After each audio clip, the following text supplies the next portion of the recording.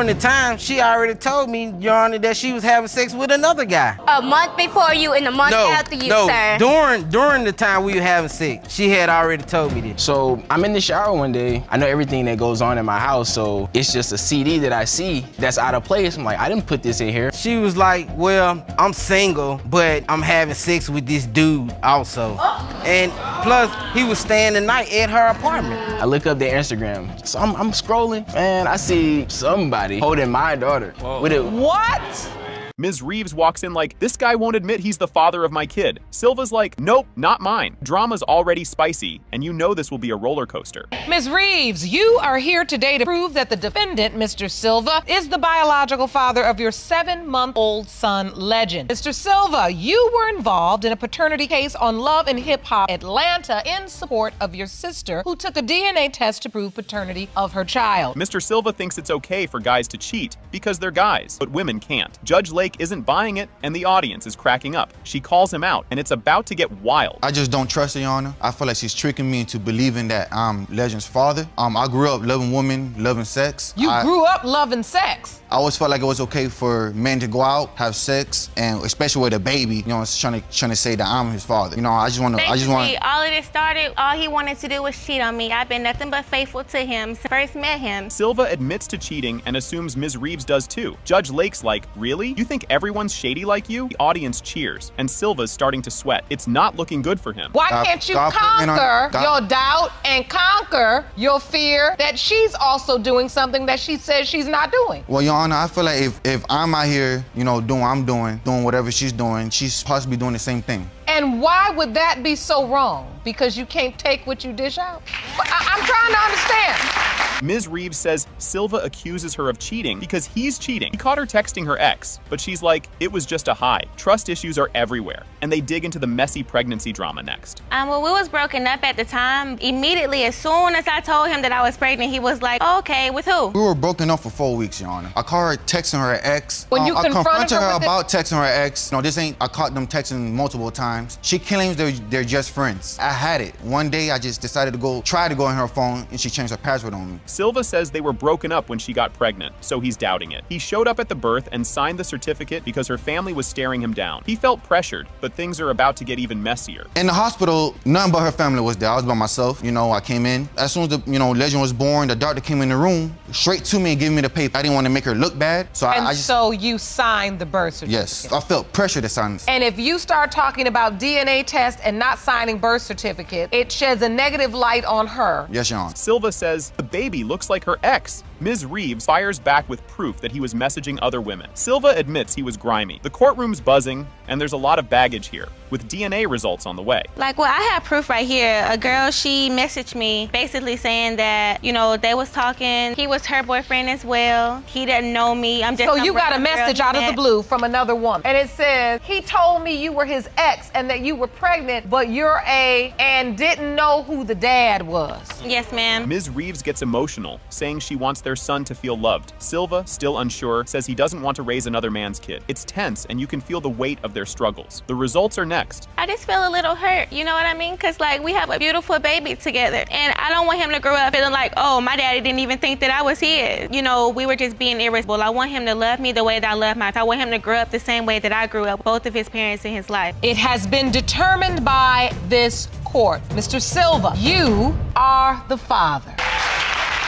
Mr. Walker's here to prove he's Kai Manny's dad after being told he's not, even though he's on the birth certificate. Ms. DeVos regrets letting him sign it and insists he's not the dad. Emotions are high, and the drama's just starting. Mr. Walker, you claim the defendant led you to believe you fathered her son, Kamani, for an entire year, but just 6 months ago told you you are not father and refuses to let you see him. You are here to prove that Kamani is your biological son. Mr. Walker was there for the pregnancy and birth, confident Kai Manny is his son. Ms. DeVos doesn't blink while saying he's not. Ouch. You can't help but feel for Mr. Walker, and the judge is about to ask some big questions. But Mr. Walker, you are certain this is your biological child? Yes, Your Honor, this is my son right here. And then for the past 6 months, you have not seen him? I haven't been allowed to see my son the last 6 months because Miss DeVos claims that I am not the father. But you're on the birth certificate. I was there the whole time, the whole pregnancy, and they're at the hospital. They met in foster care and had a kind of relationship. They got close, things happened, and now we're here. here, but trust me, this isn't the juiciest part of their story. We met when we was in foster care. We was like this group home setting for to live on their own independently. We met there, we became friends. When I went away to school, we had lost touch, whatever. And then I came back, I don't know, somehow we got back in contact. I was like over his house every day. It was like a getaway. We wasn't in a relationship, but a situation like we was together. Mr. Walker was thrilled at the pregnancy, and she said it was his, until she later mentioned seeing someone else too. The judge's questions are about to get very awkward. When she first told me she was pregnant, I was excited. I asked her if it was mine. She said, yeah, you're the father. Ms. DeVos, do you remember that conversation? Yes, Your Honor. Did you tell Mr. Walker he was your child's biological father? Yes, but at the time, I thought he was the father. He was the one I was with. Ms. DeVos admits she hid the other guy because she was scared, didn't want to be alone. Mr. Walker stepped up, even working 2 jobs. It's messy and emotional, but something explosive is definitely coming. I was scared. Being a first-time mother, I went through the system too, and I just never wanted to tell him that it wasn't his because I knew the situation he'd been through, and I didn't want to go through it alone. When he stepped up to being here, got 2 jobs, and I couldn't work when I was pregnant because he was a big baby. Ms. DeVos chose Mr. Walker as dad because he was there, not the other guy. It wasn't about love, it was convenience. The judge looks ready to dive deeper, and you know it's about to get intense. Why did you make the choice of Mr. Walker? My ex was in another city. He was in the same city as me. So if he's here,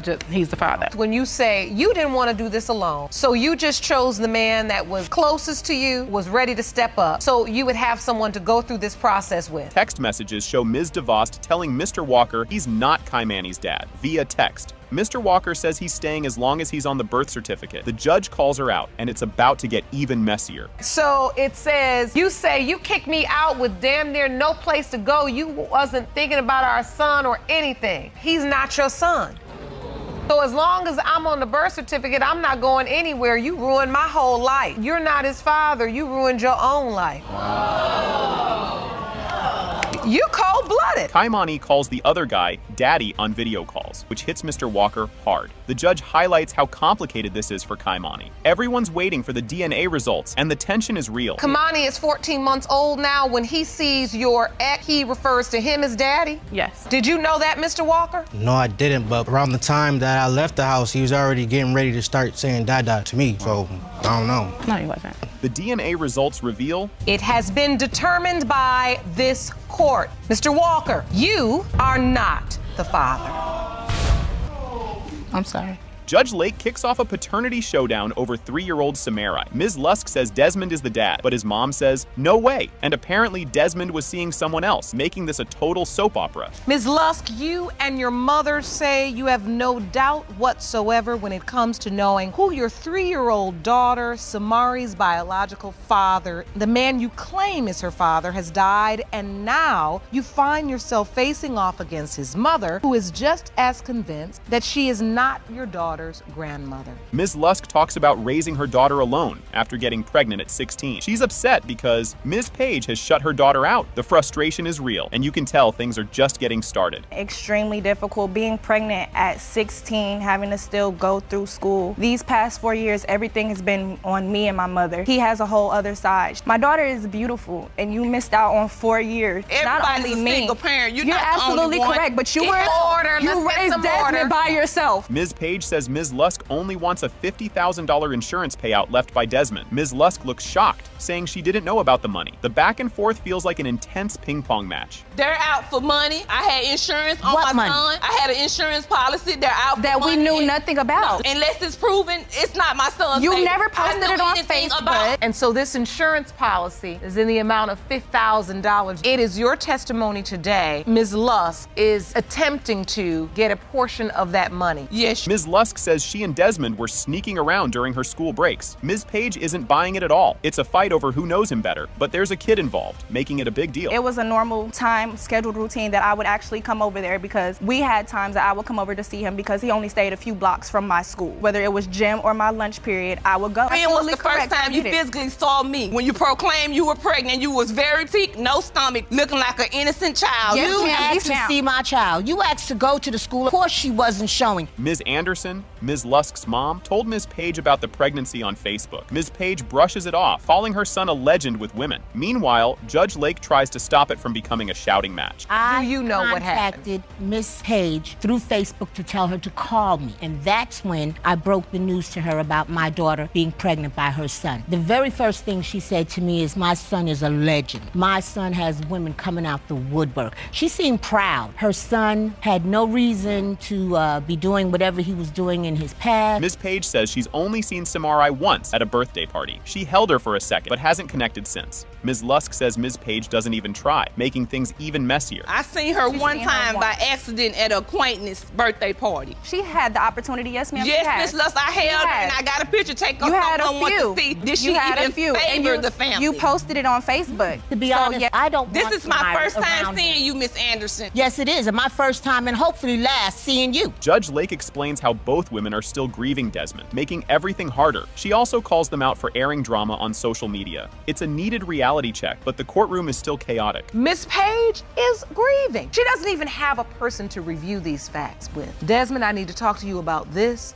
and this, so I can get an understanding. Much of this animosity, ma'am, and I hope I'm not speaking, but much of this pain and animosity that is coming out in your testimony is because you do feel like you have a situation before you. Ms. Lusk says she found out she was pregnant days after Desmond died. She couldn't go to his funeral because she felt out of place. Her tears make even Ms. Page show some vulnerability. I believe 4 days after his passing, that's when I took my own pregnancy test and found out I was pregnant. That was April 24th. His funeral was April 27th. I didn't go to his funeral. Like, how could I even go? I can't even support somebody. I didn't have time to grieve. I didn't have time to grieve either. The day after my son's first daughter was born, I understand. Judge Lake reads the DNA results. It has been determined by this court. The probability of relatedness between Miss Page and Samarai Page is 99.96%. This case starts off wild, like a spaghetti-covered kid. It's Johnson vs. Kirby. Mr. Johnson says, "Not my kid," while Ms. Kirby insists he is. She says Caden needs his dad. Mr. Johnson's dodging responsibility. Buckle up, it's about to get messier. Mr. Johnson, you are here to prove you are not the biological father of Miss Kirby's 11-month-old son, Caden. You claim her accusations are causing trouble in your relationship, and you are certain the results will clear your name. This is like arguing over spilled milk, except the milk is a baby. Johnson says Kirby's ruining his life by claiming he's the dad. She insists they planned Caden, and now Johnson's ghosting. He stays firm, denying it's his kid. Things are about to escalate. She's trying to pin a child on me that ain't mine, and she's causing problems in my current relationship. How am I causing issues in your current relationship when you just called to me yesterday? So what are you talking about, sir? I'm not trying to keep up with you. I just wanted to know, is this really happening? So you think she's trying to pin a baby on you? Yes, Your Honor. Johnson drops a sad bombshell. His dad abandoned him. He claims he'd never leave a kid unless it's not his. Kirby says he's doing exactly that to Caden. Johnson repeats, "That baby ain't mine." And next, it's all about who looks like who. Mr. Johnson, did you grow up with a father in your life? No, Your Honor. I was premature. I was in the hospital for 6 months. While I was in the hospital, Now my baby have issues. my father abandoned me. Now you and abandoned my Caden. mother. I would never do a child like that I know that's mine, and this baby is not mine. And so you're saying you know what it feels like to be abandoned? Yes, Your Honor. They met during a blackout, went shopping, exchanged numbers, then boom, sex. Kirby says she liked him, but Johnson says it was just a fling. Their stories clash and the judge tries not to laugh. But there's more drama when they reveal who else was around. We was working at this job, and then we had a blackout. During the blackout, we decided to go to the store. We in my car, driving to the store. Charmaine started talking sexual. Why would I talk sexual to you when I'm dealing with someone? Wait, what was she saying? Here's where it gets messy. Johnson says Kirby told him she was seeing someone else too. She admits it, but claims Johnson is the dad. Johnson's like, "I'm 1 out of 3? It's like bad reality TV, and conception dates are next. During the time, she already told me, Your Honor, that she was having sex with another guy. A month before you and a month after you, sir. During the time we were having sex, she had already told me this. She was like, "Well, I'm single, but I'm having sex with this dude also." And plus, he was staying the night at her apartment. Johnson finds out on Facebook he might be a dad. He messages Kirby, and at first she says no, then switches to yes. Johnson's confused and says she's playing games. Things are about to get even weirder. I was at this party, and I was scrolling on social media, and I seen her post something about she don't need help with her child. So I hit her up. I was like, "Are you pregnant?" She was like, "Yeah." "Is the baby mine?" She was like, "No." So I left the party and went to her house. And then she flipped the script and was saying, "Well, yes, you are the father." Kirby says she did the math and conceived around when she slept with Johnson. He doubts it, since others were involved. The judge sighs as she explains again. It's confusing, and there's more with the baby's health coming up. Because I did the calculations, we had sex July 10th, and this around the time that I could see Kaden. But I thought you slept with him within a 24-hour window of meeting him, and you also were in a sexual relationship with the other man. Me and him had sex July 10th on our way when we got back from Clarksville. Kirby explains Kaden has health issues, like needing a G-tube. She says Johnson hasn't helped at all, while he says she didn't give him a chance. The arguments are non-stop. Soon an expert will shed light on Kaden's condition. My baby has health issues. He has a G-tube, so we back and forth from different doctors, ENT, G-tube clinic, all that. And he's also albino. I didn't even know that this child was albino, and plus, no one's in my family albino. Has no trait of it. Expert explains albinism happens when both parents carry a hidden gene. Despite the clear explanation, Johnson shakes his head in disbelief. Kirby looks hopeful, but spoiler alert, he's not convinced until the DNA says otherwise. So albinism is a very rare disease. Less than 1 in 20,000 children have it, and it is the absence of pigment, both in the hair, skin, and sometimes eyes. How does it get passed down to a child? Is it Each parent, even though they look phenotypically or to the eyes normally pigmented, carry an abnormal gene. The big moment. It has been determined by this court. Mr. Johnson, you are the father. Ms. Ferguson brings her mom, Ms. Munsell, to court after finding out her dad, Ken Ferguson, might not actually be her dad. Apparently, mom was seeing multiple guys when Ms. Ferguson was conceived, and now a paternity test is the only way to know. Buckle up, this family drama is just getting started. Ms. Ferguson, you've brought your mother to court today because you were recently shocked to learn that Ken Ferguson, who raised you your entire life, you have petitioned the court for a paternity test on Mr. Ferguson, whom we'll hear from in a moment. You acknowledge that you finally confessed to your daughter that you slept with more than one man at the time of her conception. Ms. Ferguson explains how her mom treated her like background noise while spending time with friends and boyfriends. It all got worse when Ms. Ferguson discovered her mom's cheating. And it's not over. Wait till you hear about the stepdad's role in all this. My mom goes through crazy moments and acts like her family never is there, acts like her 2 daughters are never the only ones that just want her attention and to her and be there for her. So she was treating us like crap. She was acting like we never are there for her. She went, not even the husband,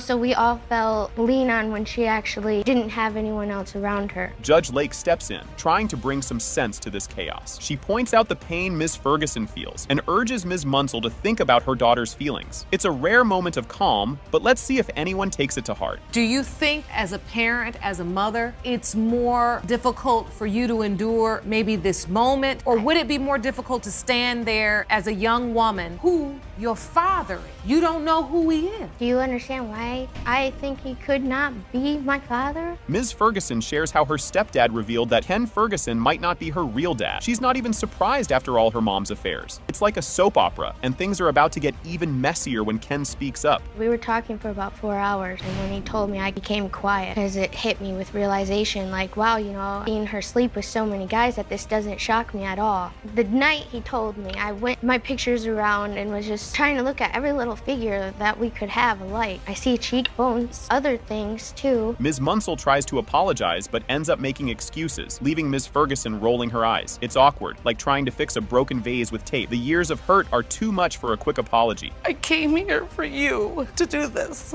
And that's what you're gonna do, is you're gonna drag it all out. When you stood there and you told me all it was to find out about your dad. I'm not a perfect mom. I never tried to be. I never, I did what I could do. But I love you, and I never once regretted having you. The big reveal. When it comes to Alicia Ferguson, Mr. Ferguson, you are her father. The court starts, and Mr. Smith shares why he's here to prove he's the dad of his 4-year-old daughter, Cookie. He's already on the birth certificate and has been calling himself daddy since day one. Mr. Smith, you have brought your estranged wife to court to prove that you are the biological father of her 4-year-old daughter, Christina Cookie Smith. You signed the birth certificate and have been daddy since she was born and claim you know you are her father. Mrs. Smith drops a bomb and says, well, actually, Cookie might belong to someone else, which makes the audience gasp louder than a crowd watching fireworks. This messy case is just warming up, and things are about to get even juicier. Mrs. Smith, you admit that you allowed your husband to sign the birth certificate and initially believed he was Cookie's father, but as your daughter got older, she no longer looked like him. And now you believe another man is her dad. Mr. Smith finds his wife's old phone, flips through it, and boom, text messages and photos that make his head spin. It's not just, hey, how are you? Messages. These are I miss you texts, plus some nude pics. We actually end up getting new phones around that time. Okay. So it's just like the other phones were kind of lingering around. So I'm just casually just going through them. And I saw text messages, some photos between my wife and some other cat. I miss you. When you miss a person, apparently you've seen them before. Nude photos. Oh! You know what I mean? He packs his bags, calls his mom, because of course you go to mom in times like this, and moves out. You won't believe what happens next. Just wait. It's about to get even crazier. So what happened, Mr. Smith, when you see these text messages? I basically, I let my parents know what was going on, and I packed up and I left. I had to, just to, because she's my support. She helps me on everything. You know what I mean? Mrs. Smith announces she's pregnant and uses it as a chance to patch things up. Mr. Smith, feeling all kinds of love, jumps back in, ready to be the best husband and dad ever. When I found out I was pregnant, we were very excited. I told Christian we weren't together. I thought that this could be a chance for us to reconnect and make our marriage work. He agreed, and shortly after we got back together. Mr. Smith, when you found out she was pregnant, were you happy about it? Extremely happy. I didn't know what love was until I met this person. He's there for the birth, signing the certificate, and watching Cookie enter the world with all the pride of a guy who thinks he's got it all figured out. But oh boy, little does he know, this happy moment is just the calm before another storm. Were you there at the hospital when she was born? I made priority number one. It was a cesarean section. Made sure was, since I couldn't cut the cord, I asked the doctor, can I lean over, can I see, because you can only see that one time. So now, when Cookie is 18, 21, 40, I can tell her that I saw you come into this earth. First time you just... While showering one day, Mr. Smith notices something weird, a random CD sitting where it doesn't belong. Turns out it's got some guy's number on it, and curiosity sends him down the rabbit hole. So I'm in the shower one day. I know everything that goes on in my house, so it's just a CD that I see that's out of place. I'm like, I didn't put this in here. That number, it's just something about that number. I ain't forget about that number. And then I saw an Instagram name, so I immediately I look up their Instagram. So I'm scrolling, and I see somebody holding my daughter. With it. What? After a little Instagram snooping, he finds a photo of this mystery dude cheesing with Cookie, looking like he's auditioning for Proud Dad of the Year. Mrs. Smith finally admits she hooked up with this guy, Joseph, and things get super awkward. With a cheese on their face, like it's all happy and everything. It did have a caption, but I not for word verbatim, but it was something in the line of him claiming her, though. It was that. This is the photo you saw on Instagram? Honestly, though, I don't like looking at that at all. You can't even look at it. No. Joseph says he met Mrs. Smith when she was separated and had no idea she was married. He's all like, we hit it off. I didn't know about her husband. And oh yeah, I met Cookie when she was 2. I seen her walking down the sidewalk, and I actually ran behind her, and we exchanged numbers. We talked on the phone for a little bit. Did she tell you she was married? No, ma'am. I had no clue. So when did you find out about the baby? I don't know a time verbatim, but the first time that I've seen Cookie in person was she was 2 years old. You know what? I don't even remember verbatim. I don't. He describes meeting Cookie and feeling like she already knew him, which gives him that, maybe I'm her dad vibe. But wait, Joseph isn't the only guy calling himself dad, and the situation just keeps getting messier. When I seen her, she looks just like my dad. She looks just like us, so, I never really doubted it. You understand what I'm saying? I always thought that, this is my child. You find out, you accept it, you've got this little girl. Do you make plans to stay in her life? Yes, ma'am, I did, but at the same time, I wasn't in a position to a structure of a good parent. granddaughter. Mr. Smith and Joseph both want to be in Cookie's life, and they're both like, she's my baby. Mrs. Smith finally admits she's been keeping secrets, and everyone's trying to figure out what's going on. You still were allowing Mr. Prater to see her behind your husband's back. I didn't even know any of that. And Mr. Prater, you did not know about Mr. Smith. Couldn't find the right time to say anything about it. When you have issues like this, the right time is the soonest time available. The judge opens the results, and bam. It has been determined by this court. The biological father is Mr. Prater. I'm sorry. With me, in my home, in the She lives with you now?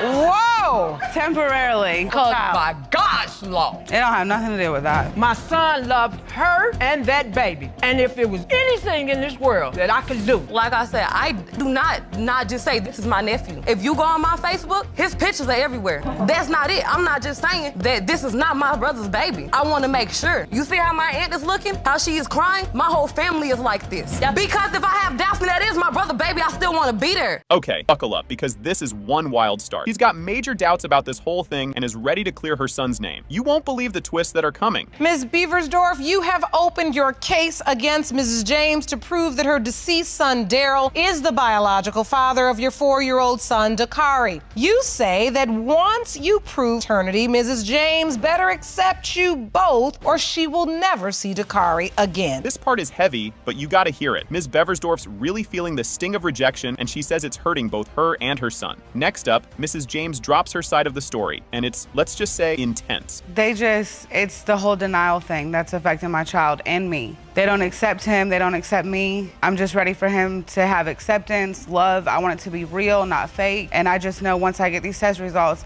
and everybody will really know the truth. I want him to know and to really have that is his father. I never want him to doubt that. Oh boy, here we go. Mrs. James brings up some major suspicions and is not holding back. Ms. Beversdorf is like, no way, I was faithful. But Mrs. James isn't buying it, and you'll want to hear her next accusation. You say the doubts were brought because of Ms. Beversdorf? because of the relationship that they beheld in the time that he was with her, they always fighting, her seeing other people in between the breakup. Nobody has proof of that though. I've never been seen with anybody else. But when you were Hasn't living in the been house with anything. us, you're gone 2 weeks. Just when you thought it couldn't get messier, Mrs. James throws in another bombshell. But Ms. Beversdorf is holding her ground, swearing she knows exactly who the dad is. You'd think that'd be enough, but oh no, there's more coming. And I'm like, where's Kayla? No, I was gone 2 weeks. Where? My With someone sister, else? at my sister's house. And when my Wasn't with son came anybody to else. your house, she came outside to talk to him, but she wouldn't let him in the house, and she made him leave. That was my... Do you remember that incident, Ms. No. Beversdorf? I know who my baby dad is. How long were you together, you and Mr. Stevenson? 4.5 years. Now, here's where things get really awkward. Still, Mrs. James is far from convinced, and her next point is even spicier. The next week she came back to your honor, and now they're telling me that she was pregnant. And you want me to say, well, okay? I was already pregnant when me and him split up for the 2 weeks. But I mean, respectfully, how does Ms. James know that? You and him then had a fight. She leaves for a couple of weeks, come back. Next thing I know, her and my son sitting in my kitchen telling me she's pregnant. And I'm looking like, by who? The drama keeps climbing as the judge asks why Daryl didn't sign the birth certificate. Things are getting tense, and Mrs. James is about to turn it up even more. Did he sign the birth certificate? No. When the nurse came into the hospital room, he was at home taking a shower, getting clothes. He only left the hospital for maybe 2.5 hours. For the 2.5 hours he left was the one time came in with the birth certificate for him to execute? Yes. Mrs. James isn't done yet, and now she's accusing Ms. Beversdorf of ducking out of DNA tests. Mrs. James talks about trying to get a test done after Daryl, but Mrs. James swears she tried, and this whole scene is just one back and forth battle of who said what. Now I have tried to get DNA 3 times. She never tried 3 times. Yes, I have, no Your Honor. DNA, get no DNA Because she test. never shows up.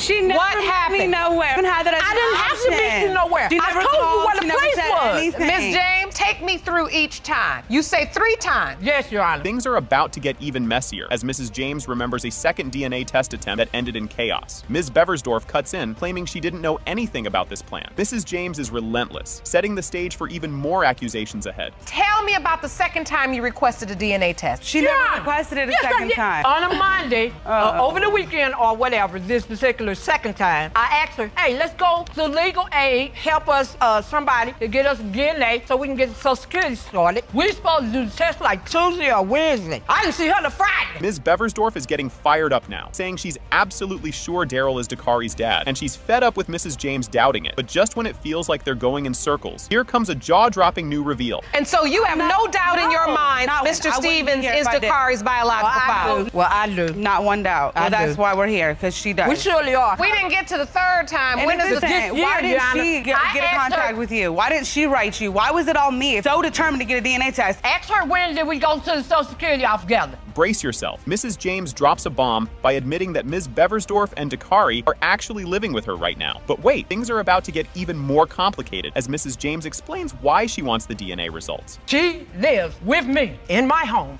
She lives with you now? Whoa! Temporarily. Because by God's law. It don't have nothing to do with that. My son loves her and that baby. And if there was anything in this world that I could do. All right, here it is. The life-changing answer everyone's been waiting for. The percentage of relatedness between Mrs. Jacqueline James and Dakari is 99%. You are related.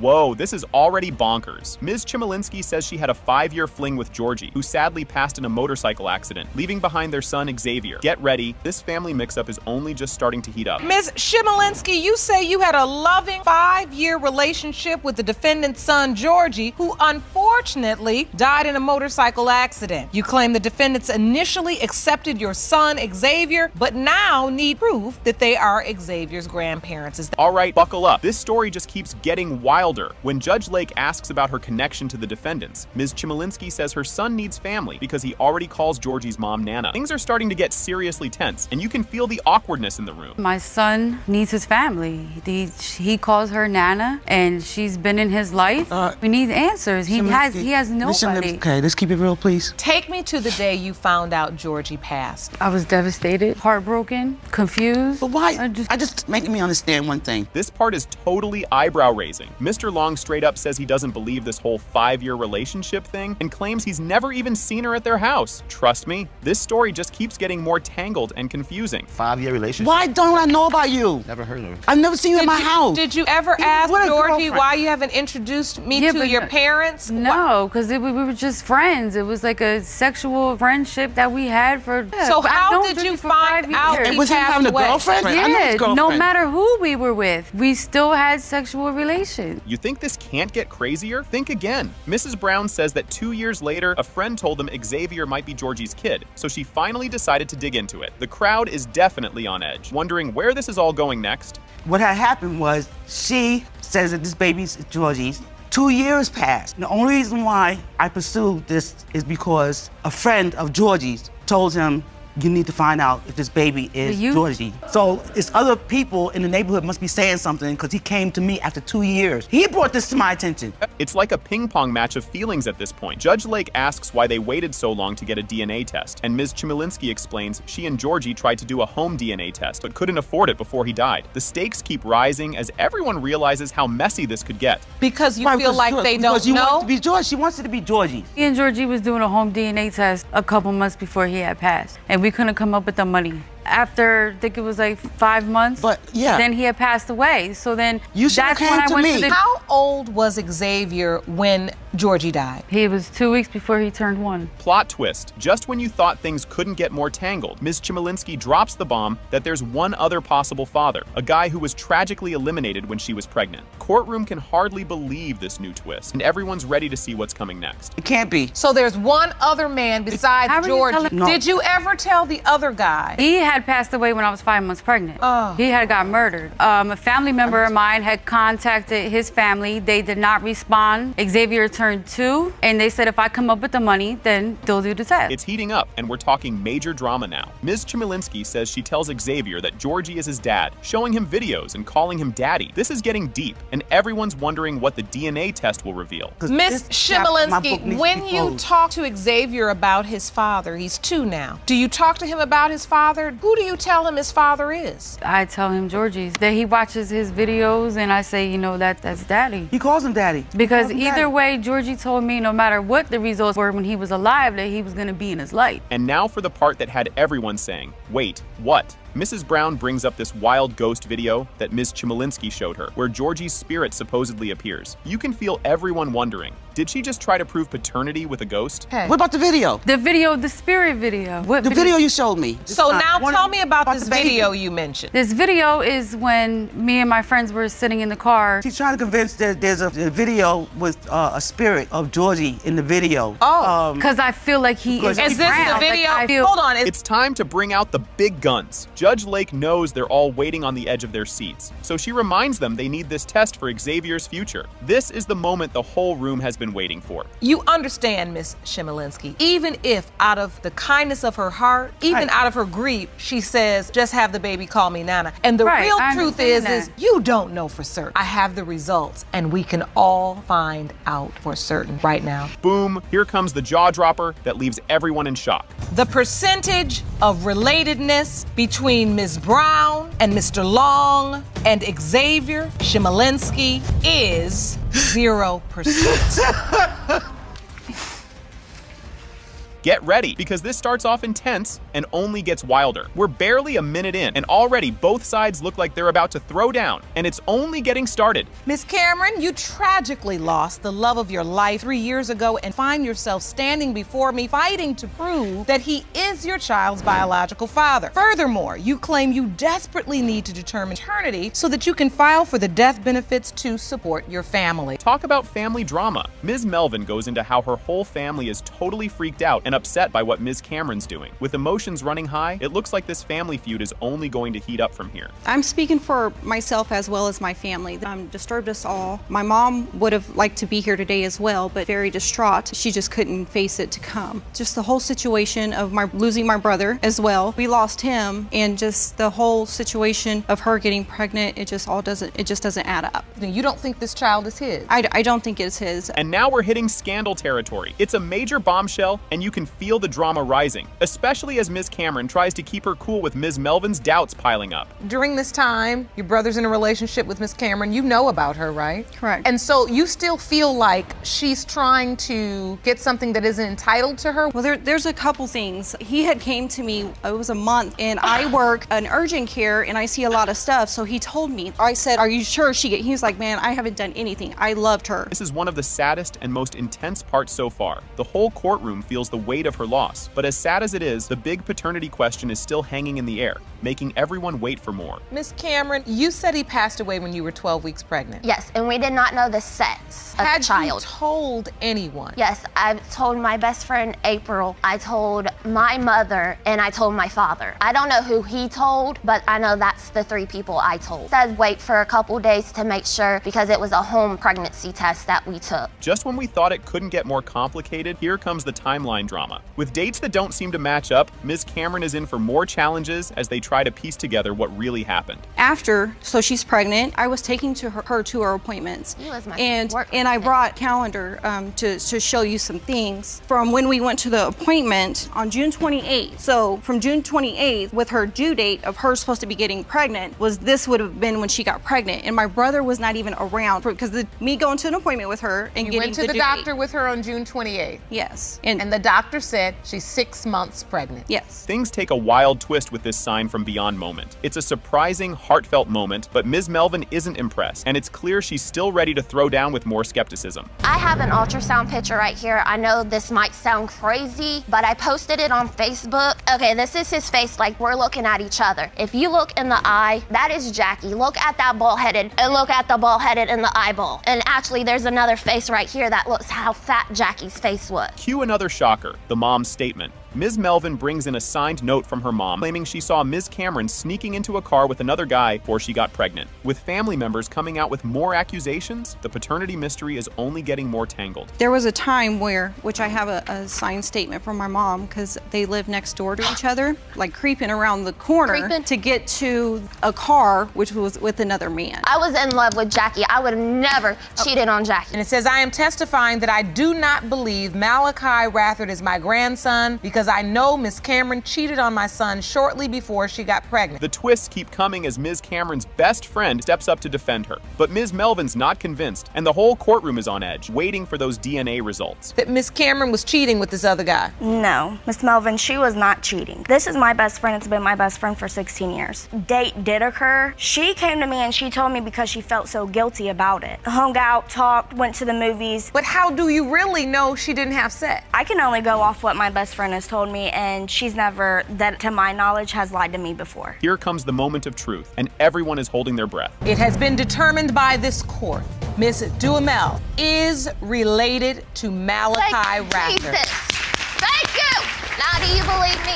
I was being honest with you. All right, buckle up because Ms. Kyles is bringing the drama right away. And just wait, because Ms. Light's about to drop some major accusations. Miss Kyles, you have opened your case to prove to the defendant that her deceased son, James, is your 14-month-old daughter, Ava's biological father. You state that you know the defendant is in pain due to the loss of her son, but so are you. Ms. Light comes in swinging, calling Ms. Kyles a liar and saying she can't trust her one bit on this whole James is the dad story. And get ready, because what she says next will hit you right in the feels. Ms. Light, you say Ms. Kyles is a pathological liar, and you claim that as much as you would love for a piece of your son to be here, you don't trust that baby Ava belongs to him. Oh man, tissues out. Judge Lake asks Ms. Light if she loves Ava, and she breaks down, calling Ava her heart. Next up, she'll explain why she's so suspicious. Ava's 14 months old. Correct. Have you formed a bond with her? Yes, that's my heart. My son was raising her. If she wasn't with my son, she was with me. But the doubt is still eating away at you. It's killing me. It was just a lot going on. Get ready for some soap opera levels. Ms. Light recalls a time when James called to connect with Ava, but some random dude picked up and said he was Ava's dad. And as these two moms keep going, the room's about to get even more heated. He came to me so many times, her after he moved her to Oklahoma and got everything furnished. Another man answered the phone and tried to claim to be Ava's father and be in her life now and all this other stuff. That's a lie. So another man answered the phone and told your son Ava's father, and I'm in her life now. Things are messy as Ms. Kyles talks about drama over who could come into her house, a big point of tension when she and James were still together. And believe me, the room's about to get real heavy with the next part of her story. You were having relationship issues in terms of boundaries. Take me to the point at which Ava was born. Was Mr. Miller with you at the hospital? No, it was just me and my 2-year-old daughter. Did you call him to say baby's being born? No, he would have been there. That's something he would have never wanted to miss. And this next part's like something straight out of an action movie. Ms. Light describes how James got shot while Ava was in the car, and somehow, miraculously, a bullet missed Ava by just inches. And Judge Lake, she's about to dig into the real deal with James's fatherhood. All I know is something happened, some girls arguing, and another guy came and shot my son.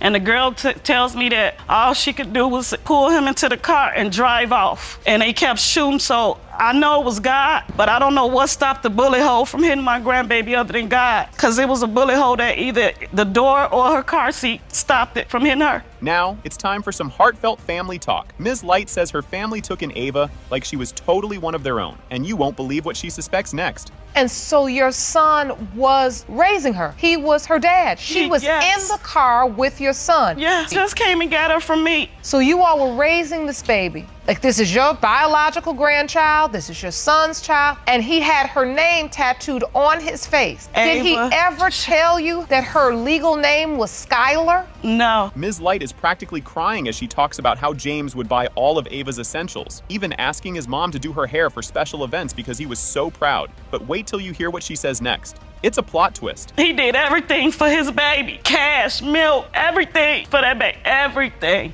For Memorial Day, he asked me, he brought her clothes and stuff over there. Mama, can you do her hair in a couple of ponytails? Because he didn't allow nobody to touch her hair. Couldn't touch them curls. And she hung out with grandma. She was with me. All right, here's where things get weird. Judge Lake asks about another guy who Ms. Light says looks kinda like James, and apparently this dude was seen with Ava. And let's just say, things are about to get even more intense. And you believe she has a different name because another man is her biological father? Yeah, I think it's possible. The situation where she said it never happened, where some man answered the phone, some tatted over his eyes. And so you felt like the guy looked similar to your son? Somewhat, not as handsome, but... Emotions are sky high as Ms. Light explains she's trying to confirm Ava's paternity to honor her late son and make sure Ava gets the family name. Hold tight, the DNA results are about to hit. She didn't have to get that baby away because that baby would have been and is well taken care of. I just want that to be my grandbaby so we can do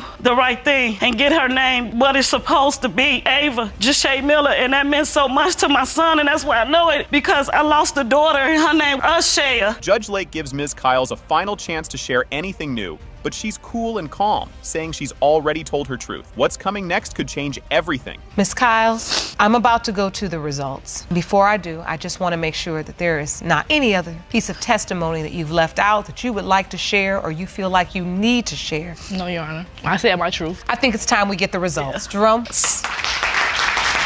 Here it is, the moment everyone's been waiting for. It has been determined by this court. The percentage of relatedness between Ms. Light and Skylar Ava is 99%. You are related.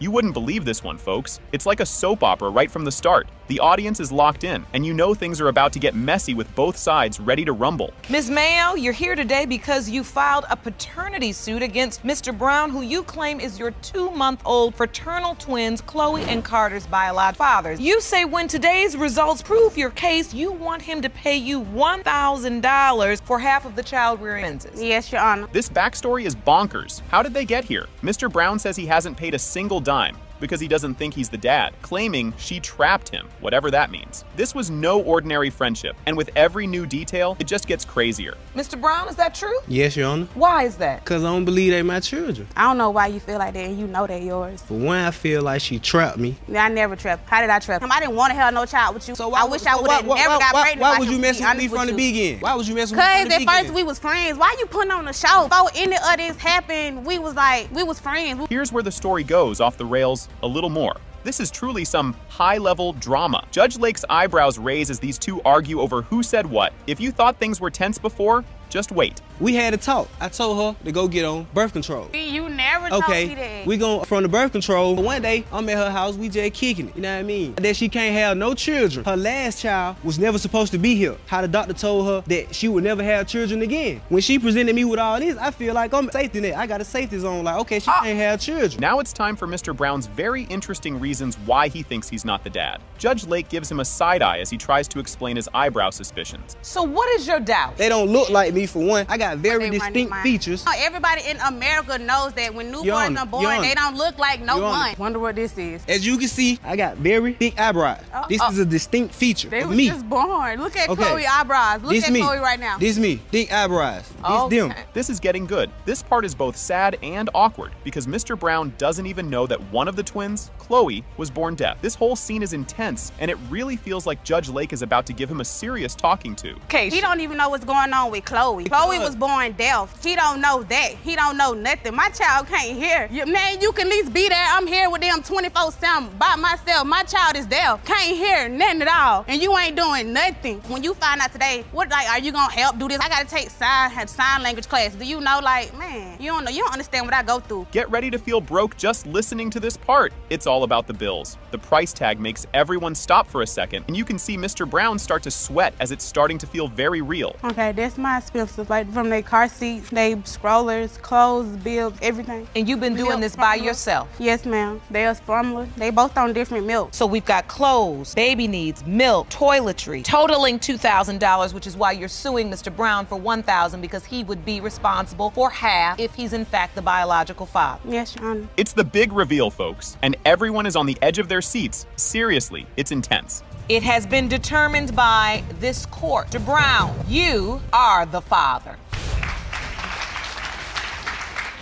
Oh, buckle up, because this case starts with fireworks and finger pointing from the get-go. Meet Ms. Everyone in the courtroom is watching, wide-eyed, as this emotional train pulls out of the station. Ms. Sherman, you claim the defendant is taking advantage of your grieving aunt emotionally and financially by claiming your deceased brother is her child's father. You need today's results because you won't allow your aunt to support a child who is not your brother's. Plot twist alert. Ms. Costello stands up, and she's not here for Ms. Sherman's accusations. With every word, you can feel the plot thickening like gravy at Thanksgiving. My aunt threw Marissa a baby shower, supports this baby financially, as in buying his diapers, his clothes. If he has a doctor's appointment, she is there, and that's not right if she doesn't know the baby is his. Your Honor, that's his family. Erica was there with me at the hospital when I had the baby, and when Ryan was born, she saw the crown of his head and said, he is a Sherman. Now, Ms. Sherman's aunt is on the stand, and oh boy, she's letting her emotions pour out. Meanwhile, Ms. Sherman's skepticism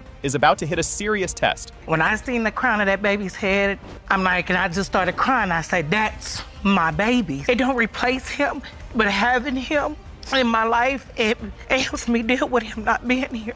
I need him to be Ryan's, because I can't say what will happen if it comes back that he's not, because that baby means so much to me. Ms. Sherman's doubt is no joke. It's like she's building a wall, one doubt at a time, while the room waits to see who will break first. For one, Your Honor, my brother told me that he doubted the baby because he wasn't for sure if Marissa was actually pregnant, and then he wasn't for sure if the baby was his. I'm not saying even that this is not my brother's baby. I love him, but I'm not finna get attached to a baby if I don't know, because I can't do that for me. I can't sit here and be like, that's a part of my brother, and then it end up not. But when we were in college, Your Honor, they were both unfaithful. If you thought things were messy before, wait until you hear about Ms. Costello's love life with Ryan. It's a tangled web of love, hurt, and mistrust, and every detail adds another puzzle piece that makes everyone squint just a little harder at this story. I found out I was pregnant in the middle of March. At that point in time, I contacted Ryan and I told him, hey, I think I'm pregnant. And at that point in time, he was like, well, is this my kid? It was a slap in the face because I know he had room for doubt, because when we broke up in the beginning of January, I started to talk to somebody else. He started to talk to somebody else.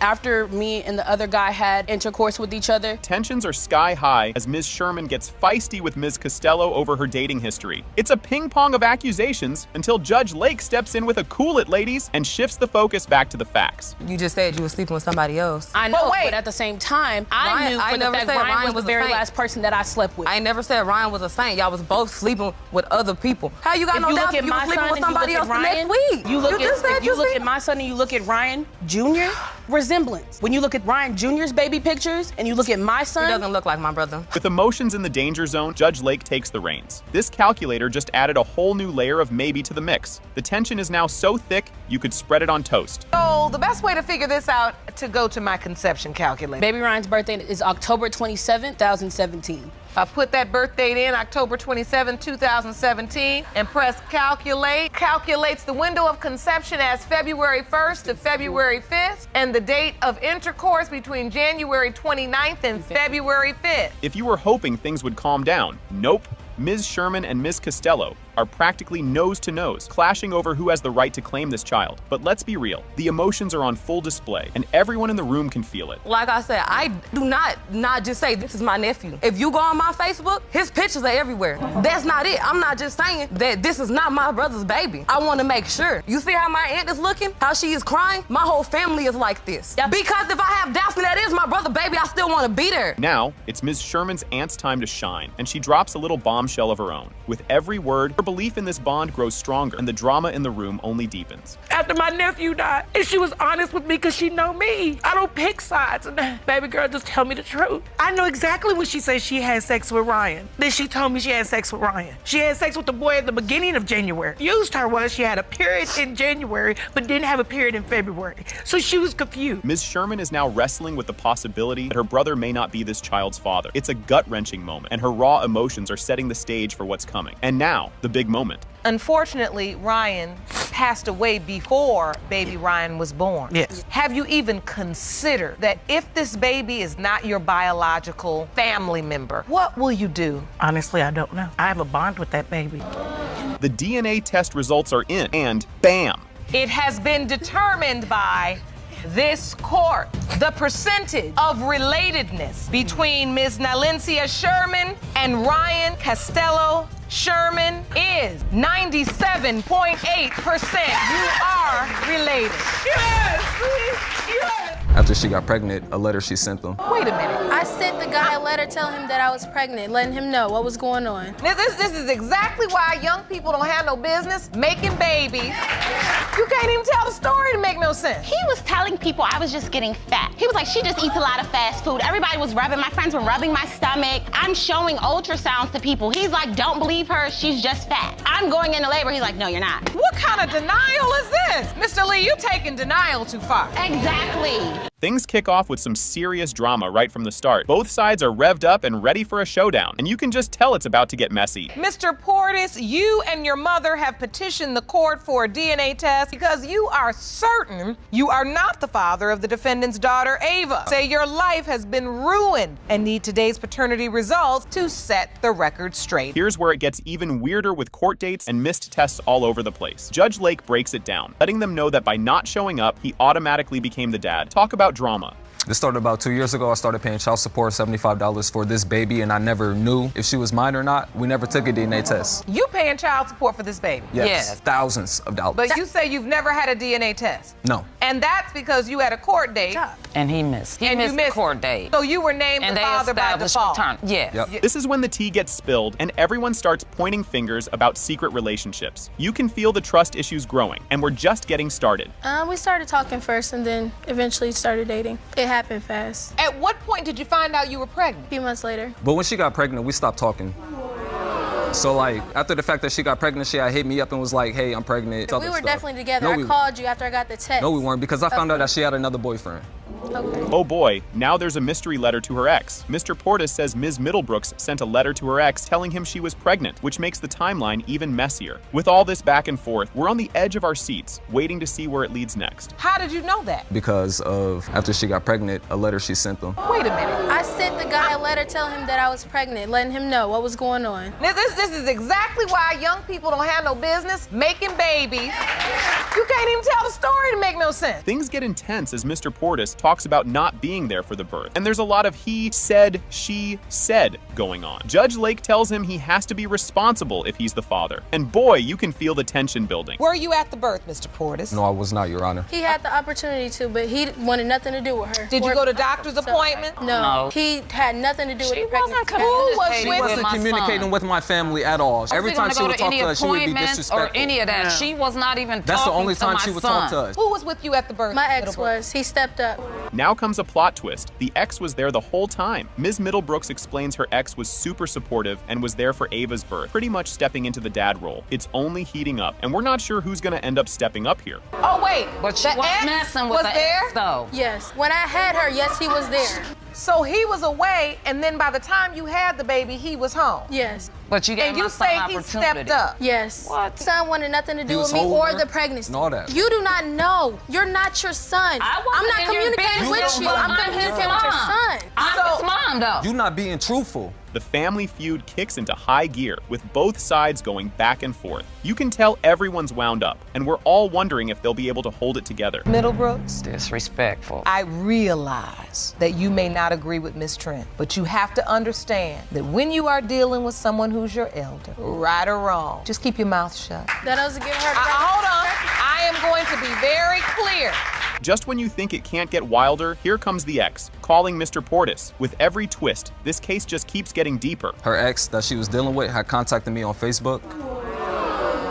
Okay, and what did he say? He was basically saying like, yo, Bryant, Jasmine, does she have you on child support and stuff like that? And I'm like, yeah, she does. She's been having me on child support. He was like, well, that's crazy because I'm taking care of her too. So it's just like an imbalance here. The courtroom is hit with a surprise as Ms. Middlebrooks admits she wasn't sure about the paternity herself. The tension is so thick you could cut it with a knife, and you can tell we're close to the big reveal. It has been determined by this court. Mr. Portis, you are the father. buckle up because Ms. Shands kicks things off by saying she just has to prove Mr. Hollis is her baby's dad. But wait, you won't believe Mr. Hollis's response coming up next. Ms. Shands, you appear in court today because you are devastated that your first love and the person you lost your virginity to is now denying your 15-month-old son, Aiden. You say once you prove to the defendant that he is the father, you hope you two can finally be a family. And here's where it gets real messy. Mr. Hollis and his mom say Ms. Shands is a pathological liar and that they already know who the real dad is. It's like a soap opera, but hold on, it's about to get even juicier. Mr. Hollis, you are here with your mother and you both testify that Ms. Shands is a pathological liar and you both don't believe you fathered her son, but claim to know who did. Just when you think things can't get wilder, Ms. Shands admits she had a fling with one of Mr. Hollis's friends, which led to a whole mess in their friend group. The audience is gasping, and Judge Lake is just shaking her head. And trust me, there's more to this. Me and his was close friends once before. But she used to come back and tell me that Mr. Amir, he was messing with one of my friends. We both were young at the time. So, both y'all young now? Yeah, we still are young. But I thought it was cool to go mess with one of his friends because he had slept with one of mine. We both had made a mistake. No. Brace yourself for this one. Judge Lake asks Ms. Shands if she used protection with Mr. Hollis's friend. And Ms. Shands says, nope, not at all. And yep, there's still a lot more to spill. You have revenge sex with one of his friends. And did you use protection? No. And then how many times did you have sex with this friend of his? Multiple times.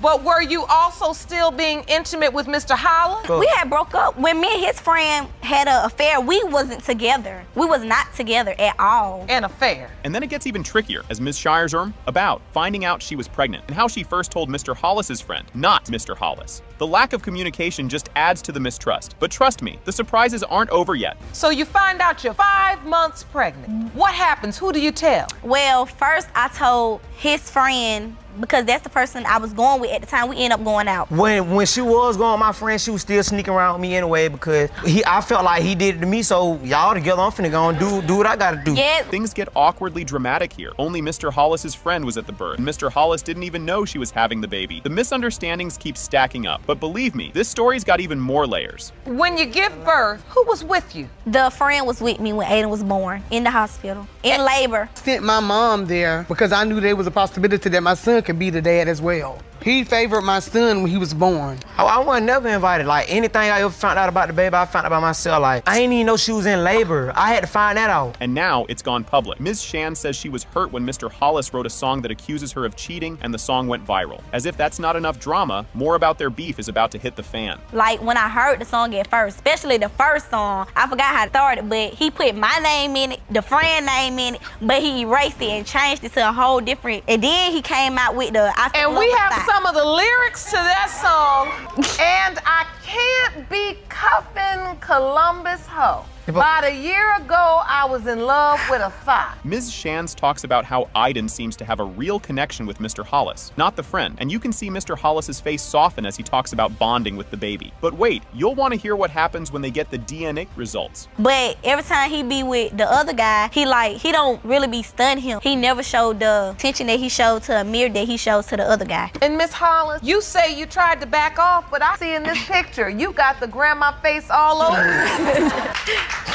Finally, the DNA test results are in, and surprise. It has been determined by this court. Mr. Hollis, you are not the father.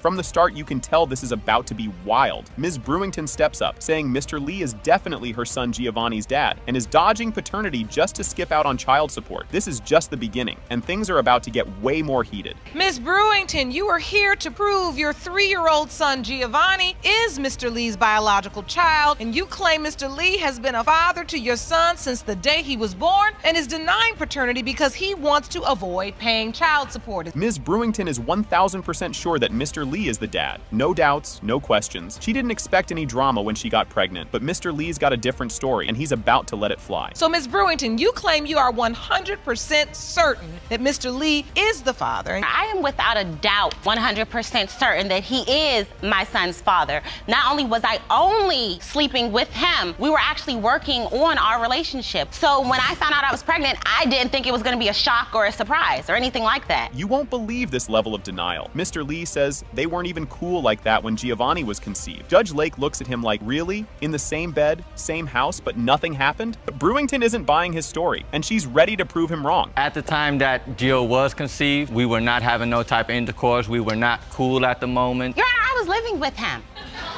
We were living in the same household, in the same bed. Were you living in the same house? Around the time, yes. But you weren't together? Exactly. So were you sharing a bed? Yes, ma'am. And fluid. No. Clearly. This moment is hilarious because Ms. Brewington finds out she's pregnant totally by accident. But if you think he's about to believe her now, you're wrong. Okay, I found out that I was pregnant. I actually went to the doctor to just re-up on my birth control. I didn't even realize that they said that they had to do a pregnancy test before they could go ahead with the birth control. So I went ahead, they did a pregnancy test. I told him, he did not believe me at all. He went out and got 3 pregnancy tests, made me take all of them. They were all positive. And he was like, well, that's not my baby. The way they argue over the dates is just too much. She's fed up with his cluelessness, but Mr. Lee is standing his ground like, no way, not my kid. And you can tell this argument isn't ending here. So you seem so certain, Mr. Lee. I do, because I'm gonna explain it to you, Your Honor. How she said her birthday is the 2nd of February. It's not. Her birthday's on the 2nd of February. My birthday's on the 1st of February. My birthday is on the, how you gonna tell me what day I was born? I was born on the 1st of February. He said it's 2nd. Yeah, look, it's close. It gets even crazier. Ms. Brewington says Mr. Lee wouldn't believe she was pregnant and told everyone she was just getting chubby. But of course, Mr. Lee has another excuse up his sleeve. He was telling people I was just getting fat. He was like, she just eats a lot of fast food. Everybody was my friends were rubbing my stomach. I'm showing ultrasounds to people. He's like, don't believe her, she's just fat. I'm going into labor. He's like, no, you're not. What kind of denial is this? Mr. Lee, you taking denial too far. Exactly. Just when you think he's out of reasons, here comes Mr. Lee acting interested the second he finds out it's a boy. But trust me, his next excuse is even wilder. As soon as he found out that my son was a boy, he's like, oh, that's my boy. I love him. That's my son. I need to be there. Was Mr. Lee there? He came after I had given birth because he had work. But he showed right up. He actually didn't even, they asked about the birth certificate and everything. He signed the birth certificate. He named my son. Like, no, I'm not letting you give my son no dumb name. This next part takes a real twist when Mr. Lee says Ms. Brewington's friend told him she knew the real dad, which got him doubting even more. At this point, this story couldn't get any messier, or could it? One of her friends, a good friend of her, actually told me that I wasn't the father. She told me that she knows who's the father. My friend told him that because she wanted to sleep with him. I'm still talking. I actually caught them sleeping together. What? This is the part where Ms. Brewington tries to prove things by showing baby pictures to compare Mr. Lee and Giovanni. But everyone's just waiting to see if the DNA will tell the real story. So you're saying this is a picture of Giovanni on the left, and this is Mr. Lee as a child on the right? Yes. And you say you see a definite resemblance between them two, yes. They're light skinned. You really don't believe he's yours now that he's here in the world? No. I don't really see too much of me. Maybe, yeah, like I said, we got curls, but... It's nuts to see Mr. Lee admit he's been around as Giovanni's dad, paying child support, all while saying the kid isn't his. The DNA test results are about to bring everything out into the open. You're obviously responsible as it relates to child support because you signed the birth certificate. I'm always there. I've never not been there. So he calls me daddy. Calls you daddy. Yes. Yes. With all of that, yes, you still don't believe he's your biological son? No. Your Honor, that is his baby. And I can't wait, because the devil is a liar and this is Lucifer, so stop. No. Well, you might be the devil then. This is the big shocker. It has been determined by this court. Mr. Lee, you are not the father. Told y'all. Hold up. I already knew. I told you. Here we go. Buckle up because this case is wild from the get-go. This intro sets up what's about to be a bumpy ride, so stay tuned. Ms. Hooker, you are here with your mother because you say the defendant's son, Mr. Abraham, fathered your 10-month-old daughter, Kanaya. You say that Ms. Baker and her family's denial of this child has caused you pain, and you are here for an apology and to prove her son is the father. Oh boy, here come the doubts, and Ms. Baker is not holding back. And trust me, things are only heating up from here. Ms. Baker, you and your daughter are here today to represent your son, Mr. Abraham, because tragically, he was killed 3 months after the birth of this child. You say that before his death, your son expressed great doubt that he was the father of Miss Hooker's baby, and you are here to put the lies to rest. Miss Hooker's got feelings, and she is laying them all out for the court. She also points out that her baby looks just like Keyshawn. So what's the issue? Emotions are running high, and you can bet there's more drama on the way. I'm just sad sometimes. I try to deal with it now. Like, I really don't care no more. Like, that's how I feel. I don't care anymore. I don't care who feel nothing about my baby. I don't care. It just seemed like everybody else was looking upside my head like I'm an animal. Like, every time I'm sitting down doing something, they looking at me like I'm just outcast of the group. She looked like me, so why is a problem? That's why I just say I don't care about nothing. This is where things get real serious, and honestly, a little sad. But don't get too comfortable because we're diving right back into the mess. My son was on vacation, and we kept hearing that Denia was pregnant, but then when we finally found out for sure, he told me, he said he wasn't the only boy that had messed with Denia. And he made me promise that we was gonna get a blood test, and things didn't go the way we thought they were gonna go. And get ready for Miss Hooker's turn to clap back at those rumors. Just when you think it might calm down, the tension spikes again. You know, 'cause that's why it's funny, because how can somebody tell me who I was sleeping with? Nobody in the room was in the room with me when I was sleeping with somebody. Keyshawn only denied the baby when him and my daughter was arguing. Other than that, I have pictures with him laying on her, getting mad at what he tell his mother or nothing like that. He held the baby, kissed the baby, and loved the baby. We just need to get the results from Miss Carolyn. Ms. Baker wants to clear her name, but you can still feel the tension brewing. But it doesn't look like the back and forth is ending anytime soon. I'm not trying to do anything against anybody to make her feel bad. I ain't never been denying them. We never had a problem. She come stay the night when she feel like it, her and the baby. Everything. They was just with me at my birthday dinner. Even though my son telling me I have never did or said anything to make her feel no bad. Now we're talking about an obituary feud. Yep, you read that right. It's a serious hit to their relationship, and the room just gets tenser. One of my family members was in the obituary, but my baby one. Y'all can keep my family member out the obituary. Okay. She said one of her family members was in the obituary. But there was no mention of Kenia. Was this intentional, Miss Baker, Miss Bland? Was this something that... Like this, Judge. She went and finished up without me. Kenia did get left out. So did my grandmother, and so did one of my sisters. All right, here it is, the big DNA reveal we've all been waiting for, and it's a bombshell. It has been determined by this court. The percentage of relatedness between Ms. Baker, Mr. Abraham, and Kenia Abraham is 0%. This is why right here. Ms. Baker, are you all right? Right from the jump, things are totally bonkers. This little detail throws everyone for a loop and gets Judge Lake and the whole audience sucked in. And trust me, it's about to get a whole lot weirder. 2 brothers could be the father. 2 brothers with the same name could be the biological father. This is a lot. It is. It really is. When he came to me and he told me that he was my dad, I went to family members and I asked them, did you know that there was a possibility? They've all told me they believe Steve is my dad. This next part cranks up the weight. What? Factor big time. But buckle up because his next proof is next level. But Michael Shockley, you still believe you are Desiree's biological father? Yes, Your Honor. She's always been my little girl, so she'll never not be my little girl. But like, I have all girls and he's got all boys. All boys and one girl. That's it.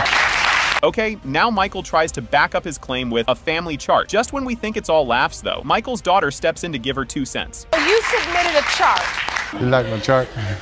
So, Mike, you say you have all girls. Yes, ma'am. 3 girls, and Desiree's right there in the middle. Yep. Steve, you have all boys. Yes, Your Honor. 5 boys. And 1 daughter.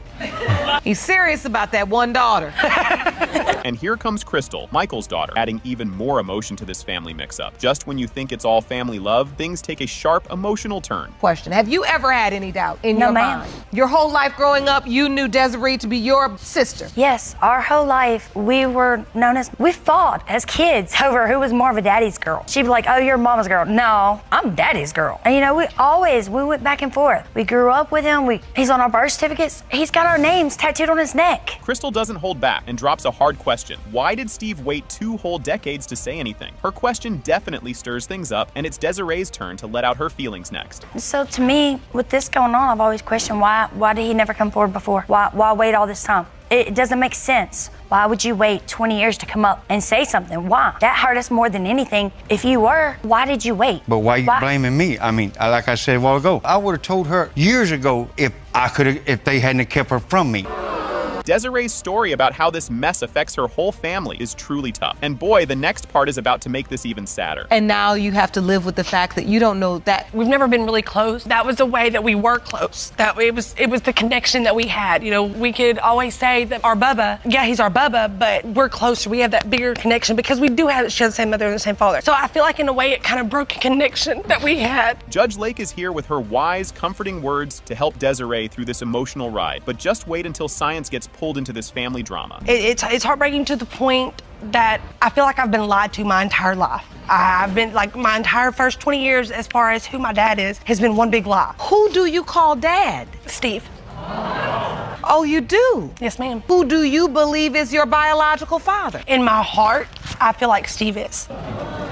Out of nowhere, Judge Lake brings in Dr. Baird, a DNA expert, to explain the who's the dad science. Now, everyone's holding their breath as they get closer to the big reveal. Difficult thing to do genetically to sort out which of the two is the true biological father. However, what we do at DNA Diagnostic Center in order to exclude one of the two individuals. And in this particular case, that's exactly what we did. We tested almost twice the number of samples of DNA that we normally test in order to exclude absolutely one of the two individuals. Even with the stakes this high, Desiree tries to keep things hopeful by saying she wants both brothers in her life. But just as things start feeling cozy, her mom jumps in with a tearful confession. Regardless of whichever it turns out is my dad, I still want a relationship with both of them. Just one is my uncle, one is my dad. And you deserve that. Yes, ma'am. Mr. Shockley, Steve Shockley, if the results show you are not her biological father, will you regret ever mentioning this to her? No, Your Honor. Desiree's mom, Ms. Grove, comes in with a teary apology that makes everything feel 10 times more emotional. And now, the moment we've all been waiting for is finally here. I can't explain it. I wouldn't like to be her dad because they've always had such a strong bond. You know, her growing up, you know, I can't change the past. I'm sorry for a lot of things, but in my heart, I feel like Mike is her dad. I just want Desiree to get the answers that she needs. I'm glad, because I want you to get the answers you need. Everyone holds their breath as Judge Lake reveals the DNA results, and the room is totally silent. It has been determined by this court. The biological father is Mr. Steve Shockley. Yes! Baby.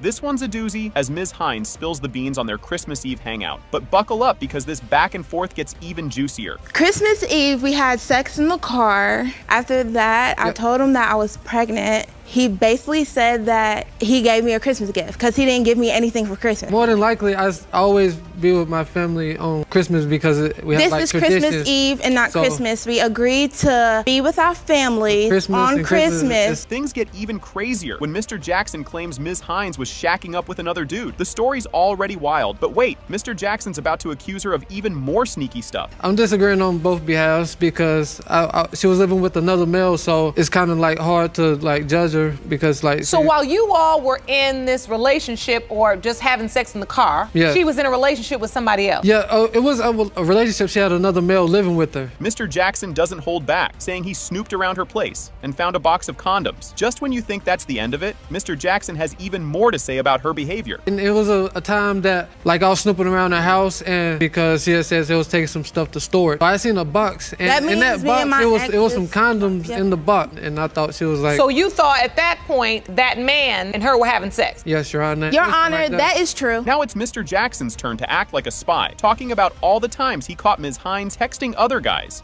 And he's got a whole lot more drama up his sleeve. And I was on vacation one time, like I was snooping around and I got a phone and I seen like she was texting numerous people. So I had snooped and went through one of the texts and I seen like she was texting this guy and he was like calling her bouncy. You're doing a lot of snooping. Yeah. I mean, if you're snooping, why are you even with her then? I've just seen so many things that seem shady. Here's where it gets really spicy. Mr. Jackson fires back, saying her messages with her ex were making him insecure. If you thought that was the end of it, nope, it's about to get more complicated. He's He's calling me whore or hoe, whatever, sleeping around. But that's what he's been doing since we got together. So from the looks of these messages, it seems like you entertaining these women. The reason why I did what I did because like she had messages in her phone from her other fella that was talking about working on their relationship. Ms. Hines' best friend steps up, and wow, she does not hold back. The court is not impressed with Mr. Jackson's support, and we're all waiting to see what excuse he'll come up with next. I know she's been pretty much taking care of him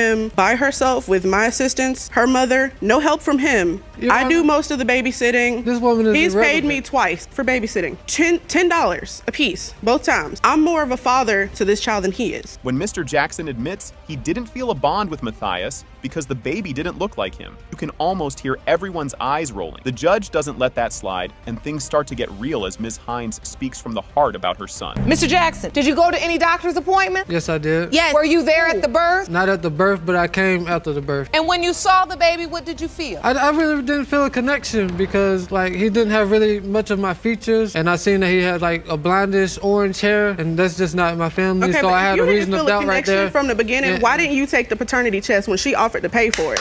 Ms. Hines gets emotional as she explains that Matthias deserves to know his family, especially since he doesn't have other boys in his life. This tugs at the court's heartstrings, but before anyone can get too sappy, the judge turns to Mr. Jackson for his big response. My son needs a father. He needs to know who his people is, where he comes from. It ain't just me. Like, we have no boys in our family. Like, he got little cousins he could play with. Like, after today, he still don't have to be in his son's life. It's fine, but I need him to know and his people to realize that you do have a son. Judge Lake asks Mr. Jackson what he'd do if Matthias turns out to be his son, and Mr. Jackson hesitates, saying he'd want to be involved if he is the dad. It's a big moment, but with the DNA test right around the corner, things are about to get intense. If, in fact, Matthias is found to be your biological child. My intention is I would love to have a son because I have a daughter already. I don't really get to spend much time with her, and because she's out of the city, so, and like at least try to make things work out with Rachel. But these accusations and the things that I've seen in the past was holding me back. This is the bombshell moment. It has been determined by this court. Mr. Jackson, you are Matthias's father. At least, like, if I can get a hug. First of all, why would I have sex while my daughter was in the ride with me? The chair moves. Come on. I'm not that dumb. Yeah, let me get my point straight. Then why did my 7-year-old daughter come tell me straight to my face that you're jumping up and down some dude's lap? I was told that her ex was in the bed. While you're out fishing? Yes. Who told you that? A family member. How would they know who I had in my bed? They seen him. Yeah, coming out of the house because you and him are friends, and you know That's not her. everything. That's not You him. know that he was at my house, It is even not when you him. were I'm there not talking too. about him. She gave me, actually I have a list of men. It's about 6 or 7 guys. 67? About 6 or 7. I said, wait a minute now. She gave you 6 or 7 names. Yes, Your Honor. Of possible fathers. Yes, Your Honor. One of them, we had to do a DNA test, and turned out he wasn't my father. This revelation sets the stage for a tense hearing. Mr. Connor is up in arms, convinced he's not the daddy of the child in question, highlighting how this mix-up has turned his life and wallet upside down, including a stint behind bars for missing child support payments. But wait, there's more! Ms. Wallace's clapback is just a moment away. Mr. Connor, you say a one-time fling with the defendant turned into more than 15 years of child support payments and even jail time for a child you have never believed is yours. You need today's results to prove you are not her child's father. The plot thickens. Emotions start to boil as Mr. Wallace admits his trust in his mom, but can't shake the doubts recent actions by Mr. Connor have stirred up. Mr. Connor lays it all out, detailing the injustices he feels he suffered, ramping up the emotional intensity of the hearing. And guess what? It only gets juicier from here. Mr. Wallace, you say you trust your mother, but acknowledge Mr. Connor's recent actions have given you doubt. Mr. Connor. Today's results are so important, Your Honor, because I need to undo a terrible injustice that's been inflicted upon me and my family. It's caused a lot of problems, financially especially. Yikes. Talk about a tough break. Mr. Connor paints a grim picture of his financial woes and the domino effect of his jail time due to unpaid child support, including losing his home and job. This saga has seriously shaken up his life, but keep your eyes peeled because the confrontation that's coming up next is a doozy. It's times when I can't afford things. I've even been to jail. 2005, November the 5th until January 2006. There was no home for me to go to. I lost my car, I lost my job. I was 36 years old. I had to start all over. It's making my character look real bad, Your Honor. Know for a fact that she know he's not mine. Fasten your seatbelts. It's getting bumpy. A fiery exchange erupts where Ms. Wallace accuses Mr. Connor of trying to dodge child support while he vehemently denies being the father. The courtroom is charged with emotional accusations and finger-pointing about responsibilities and past actions. And trust me, the tension is far from over. Your Honor, he just wants off child support. For one, it was more than just a one-night fling. You know Jeffrey isn't my child, and I have you on Facebook. Well, Doesn't mean. You can quit pointing your fingers because I'm an adult. No, you're not. What kind I'm of adult? 42 years old. I raised my 3 kids by myself. You won't believe your ears. Mr. Connor swears the encounter with Ms. Wallace was a brief fling that definitely didn't lead to conception, challenging the story she's been telling. He's adamant it was a one-and-done deal. But hold on, because Ms. Wallace's memory of events paints a whole other picture. Can you tell me about that? Do you remember this relationship, encounter? There wasn't a relationship. I met her through a family member. We all used to hang out a little bit here or there in the fall. We came together one time, and up on penetration, she changed her mind, and that was that. I never knew anything about Jeffrey. This twist might just make your jaw drop, contrasting sharply with Mr. Connor's version. Ms. Wallace reminisces about what she remembers as a year-long romance filled with plenty of encounters, complicating the story even further. She even brings up the moment she found out she was expecting. And just when you thought it couldn't get any more tangled, the explosive confrontation that follows will have you on the edge of your seat. Remember him and I being in a whole year relationship, and we had sex numerous of times, Your Honor. And he did know. Well, I got sick. How I found out that I was pregnant. I got sick. My mom taking me to my doctor's appointment, and that's when I found out I was 2 months pregnant. I called you and I told you. Back then we had pagers. Shut your lying butt up. The drama doesn't stop. As the hearing unfolds, we dive into the nitty-gritty of Mr. Connor's sparse interactions with Jeffrey and the ongoing squabbles over paternity and child support. This segment lays bare the complex personal and legal entanglements involved. Keep watching, because the bombshell verdict up next will have you saying, no way. And you agree to that, Miss Wallace? Yes, ma'am. That happened. And during the time from 3 to 4 months, 5 years old, did you all ever have conversations about Jeffrey at all? Yes, me and her had a He couple told of me that he wanted to be in his son's life. I told him I did not want to be in a relationship with him. You know, You're a professional liar. Here it comes, the big reveal everyone's been waiting for. It has been determined by this court. Mr. Connor, you are not the father. I already knew it. Judge Lake dives into the drama, chatting up Ms. Brown, who's suing her mama for a cool $2,200 because, get this, she doesn't know who her daddy. The courts sniffed around and found a dude who might be Pops. And now, they're all about figuring out if they should send him for a paternity test. Ms. Brown, you're here today suing your mother for $2,200 for emotional distress. You say she's caused you by not knowing who your biological father is. Yes, now, the court has located one possible father and must determine if there is enough evidence to order a paternity test. Ms. Brown spills it all about taking her mom to court, saying it stings less than her wonky childhood. She throws some serious shade at her mom for playing peekaboo, basically never being around and keeping Dad's identity a big ol' secret despite her constant nagging. So, Ms. Brown, how does it feel to be suing your mother? Not as bad as it felt growing up. My mom she wasn't there as much as she should have been there. I asked her on several occasions, do you know who my father could be? My mama just said, I don't know. Every time I asked, it was, I don't know. She gave me, actually, I have a list of men. It's about 6 or 7 guys. Ms. Brown brings out a list, a literal list of 6 or 7 potential daddies. Plot twist, one guy already flunked the dad test, DNA test, that is. They're zeroing in on Mr. Clifton Smith, who's also in the courtroom, sweating bullets probably because he hasn't been tested yet. She gave you 6 or 7 names of possible fathers. Yes, Your Honor.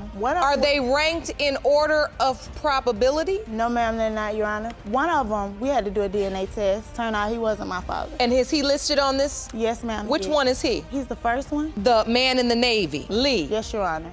Not the father, proven by a DNA test. Shantia lays it all out about how rough her life's been, from bouncing around foster homes to quitting school to nurse her sick grandma. This whole not knowing dad business really did a number on her. I was in and out of foster care on 3 different occasions. Foster care wasn't so good, you know. I had 4 brothers and a sister. I didn't know where they were. They got split up too. My grandmother got us back. She got sick. I missed 3 months of school. I was in alternative school. I got kicked out because my grandma got sick and I had to take care of her. Mom, Yolinda Overstreet, gets back with some real talk about her struggles with the mom gig. She admits she was pretty much winging it, overwhelmed by raising 6 kids and just not nailing it. Ms. Brown Overstreet, how does it feel to hear your daughter speak with such pain in her heart? I feel like my daughter hates me because of the fact that I wasn't always there and I didn't have a handbook on how to be a parent. I had my kids young and it was 6, I have 6 of them. So it wasn't like it was just one child. I had a hard time trying to be a mother. I didn't know how to raise my kids, and when I lost custody of them, I tried my best to get them back. He waltzes into the courtroom and shares a wild first encounter with Ms. Brown, thinking she might be his daughter and all that jazz. Despite the mix-up, he's all heart, hoping he's the dad. We go back a long time. So when I called her, she was like that she was trying to find the father of our daughter. I said, wouldn't it be funny if I was the father? And she was like, oh yeah, I forgot all about you. So when I pulled up, I get out the car and my cousin pointed her out. So I was looking at her. So she came up and I said something to her first and she was smiling at me like I was trying to flirt with her or something. So I'm like, oh, whoa, hold up here. I might be your father. You busy trying to flirt with me. Mr. Smith tells a tale of a gnarly injury that had doctors saying he might never be a dad. So the plot thickens with whether this guy could even be the father. The court calls in a doc to drop some science on us. Okay, my reason is when I was 10 years old, I hurt myself really bad. Well, I was folding it back into a couch. My underwear got hooked on a spring and I yanked it, but it went in a lot more on my underwear and just ripped everything open. Oh, goodness.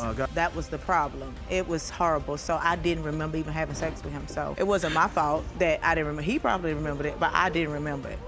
Dr. Gator, cool as a cucumber, explains how Mr. Smith might still shoot and score as a dad despite his earlier mishap, thanks to how nature works. Looks like the court's all set to make Mr. Smith take the big daddy test. It's absolutely possible, in my opinion, for Mr. Smith or someone with a testicular injury such as him to father a child. On average, a man releases anywhere between 50 million and 1 billion sperm at a time. So based on the numbers, it's definitely possible for someone with a testicular injury to still father a child, as long as the swimmers are normal and healthy. DNA results are in, and guess what? It has been determined by this court, Mr. Smith, you are not Shantia's father.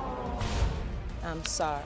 Ms. Hernandez drops a bombshell that her estranged hubby started denying their 3-year-old munchkin, Ligana, only after eyeing a younger chick. This accusation frames the emotional and legal stakes of the proceedings. Ms. Hernandez, 4 years ago, you met and then married your much younger but seemingly perfect man. You say your estranged husband started denying you and your now 3-year-old daughter, Liana, only after he found another younger woman. Mr. Hernandez claps back with an accusation of his own, claiming Ms. Hernandez played house with other men while he was off playing sailor on a fishing boat. This introduces the core conflict regarding the paternity of Ligana and their crumbling trust. Mr. Hernandez, you claim that during the marriage you often spent weeks at a time on a fishing boat for work, only to find out upon returning home that your wife had other men in and out of your house while you were at sea. You and your girlfriend are here to prove Liana is not yours. We find out Ligana is 3 and missing her daddy big time, which highlights the emotional toll this mess is taking on her. It's heartbreaking. It's hard for me to put my daughter down to sleep. All she does is says, dad, dad, dad, dad, all day. How old is she? She's 3. She'll be 4 in December. But the man you believe is her biological father is denying her. Yes. I don't know what to tell her, Your Honor. Do you know that this young child is calling out for you, Mr. Hernandez? No, Your Honor. We dive into how Ms. Hernandez met Mr. Hernandez, showing us the start of their whirlwind that quickly went from sweet to sour. How did you all even meet? I was at a friend of mine's house. He comes up about an hour later walking up to my friend's house. Okay, so he came over your friend's house. Yes. And you met him? Yes. Did you immediately hit it off? Yes. So Mr. Hernandez, you liked her, she liked you, you all started a relationship. Yes. Later on got married. 2 years later. So you got married 2 years later? Yes. Mr. Hernandez starts doubting baby Ligana is his, all thanks to neighborhood gossip about Ms. Hernandez's ex snooping around their home while he was away. I was told that her ex was in the bed. While you're out fishing? Yes. Who told you that? A family member. A family member of yours or hers? Mine. How would they know who I had in my bed? They seen him. Yeah, coming out of the house because you and him are friends. And you know That's not her. everything. That's not You him. know that he was at my house It is even not when you him. were I'm there not talking too. about him. The hospital scene turns into a reality show when family members allegedly tell Mr. Hernandez he's not the father right after Ligana's birth. What happened at the birth? 2 family members came to the hospital and told me that's not my kid. Which family members of whom? Hers. Hers? Who? Your mother. Your mom? Oh, wait. Because my mama doesn't like you. Okay then. They argue over why Ligana didn't get Mr. Hernandez's last name, suggesting Ms. Hernandez had her doubts from the get-go. You want her to have your last I name. literally argued with her at the hospital. No, you didn't. Then why did I was gonna sign the paperwork to do it for you on the birth certificate and you said no? Why did you sign it when you knew I had put her last name as Lamont? You shouldn't have signed it. Judge Lake calls out the inconsistencies in Ms. Hernandez's tales, making everyone in the courtroom scratch their heads. This testimony you are giving right now is faulty, right? It is not adding up to me. And I need answers. I need to understand from you, is there any other possible father for your daughter besides Mr. Hernandez? No. The DNA test results are announced. It has been determined by this court. Mr. Hernandez, you are the father. Told you. Buckle up, folks. Mr. Nicholas kicks things off with a bombshell, doubting he's the dad to little Naomi and Nathaniel because, well, Mrs. Nicholas has been a bit too social. He lays it all out, accusing her of sneaky shenanigans with just about everyone, from strangers to his office buddies. The crowd's gasping like they're watching a soap opera, and you can almost hear the popcorn crunching. Wait till you hear what's next. It's a doozy. You have brought your wife to court today. You claim you cannot be the father of 4-year-old Naomi because your wife is a habitual cheater and she cannot be trusted. You say you have shocking evidence of your wife's outrageous sexual infidelity, including encounters with strangers in public places. You're not gonna believe this one. Mrs. Nicholas steps up, admits she goofed big time, but hey, she's seen the light, found religion, and is ready to turn over a new leaf. She's all about proving Mr. Nicholas is the daddy and fixing this hot mess of a marriage. Her plea has the courtroom holding their breath, wondering what's next. Hold on to your seats because this ride's just getting started. Mrs. Nicholas, you actually admit you made some mistakes in your marriage, but you claim you have now turned your life around and you are a church-going woman who deserves another chance. You state that once these DNA tests prove Mr. Nicholas is the father of all of your children, you are hoping to repair your marriage. Oh boy, here it comes. Mr. Nicholas drops a juicy tidbit about a rather awkward encounter at his sushi job. Picture this. He's slinging sushi rolls when a random dude claims Mrs. Nicholas is turning the bathroom into her personal love den, stuck at work like a fish out of water, unable to confirm the sordid tale. Just wait, next twist is even wilder. Let me tell you this first of all. You know, the sushi spot I used to work at, it's a hot silk. People come in and then out. Some guy comes up to me and tells me straight up to my face that my wife is performing oral sex in the bathroom. Yeah. Wait a minute, you're at work, the sushi restaurant, and a guy just comes up to you. And tells me that she's performing oral sex in the bathroom. Hold up, rewind. During your shift, and then you did what? I continued working. What am I supposed to do? I couldn't leave my job. Talk about awkward. Mr. Nicholas tells a tale taller than a roller coaster about his wife supposedly getting frisky on a theme park ride while their kiddo was right there. Mrs. Nicholas calls bull, arguing who in their right mind would pull such a stunt with a kid tagging along. The plot thickens, and you just can't make this stuff up. Up next, it's more he said. She said with an extra helping of scandal. She went into the Transformer rides with my 7-year-old daughter. Tell you that straight up. Tells me straight to my face that my wife was having sex in the ride. First of all, why would I have sex while my daughter was in the ride with me? And the chair moves. Come on. I'm not that dumb. Yeah, let me get my point straight. Then why did my 7-year-old daughter come tell me straight to my face that you're jumping up and down some dude's lap? Here we go again. Mr. Nicholas isn't done yet. He's got more dirt. This time he's dishing about his wife and his pizza place manager cooking up more than just pies behind his back. Mrs. Nicholas admits she was looking for a slice of attention he couldn't serve up. But don't go anywhere because there's more saucy secrets coming up. For example, the pizza joint I used to work at. She was having an affair with my manager. Oh, yes. I'm being honest with you. Yes, I did have an affair. On top of that, every time I try to talk to you, you're just not there for me. Yeah, just because he's been buying you diapers, all that. On diapers? Yeah, every time I ask you, you just take off. You spend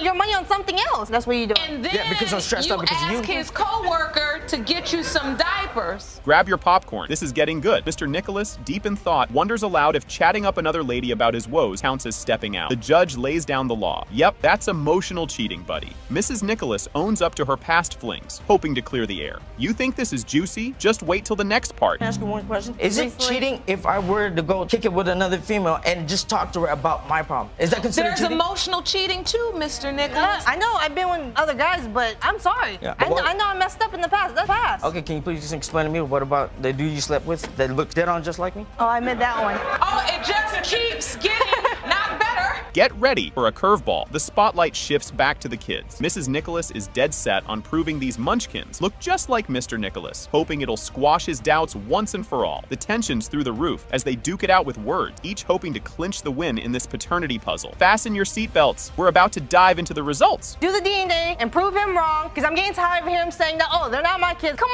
on, they just look like you. But so does the other guy you slept with. Do you understand why he potentially, maybe, could have some doubt? Because I cheated on him, but all the time when I was cheating, don't look like me, though. they look like me, that's why. Come on now. No, there's gotta be a part of it where the kids gotta look like me. And here's the tearjerker finale. It has been determined, Mr. Nicholas, that you are his father. Exactly, I told you. God.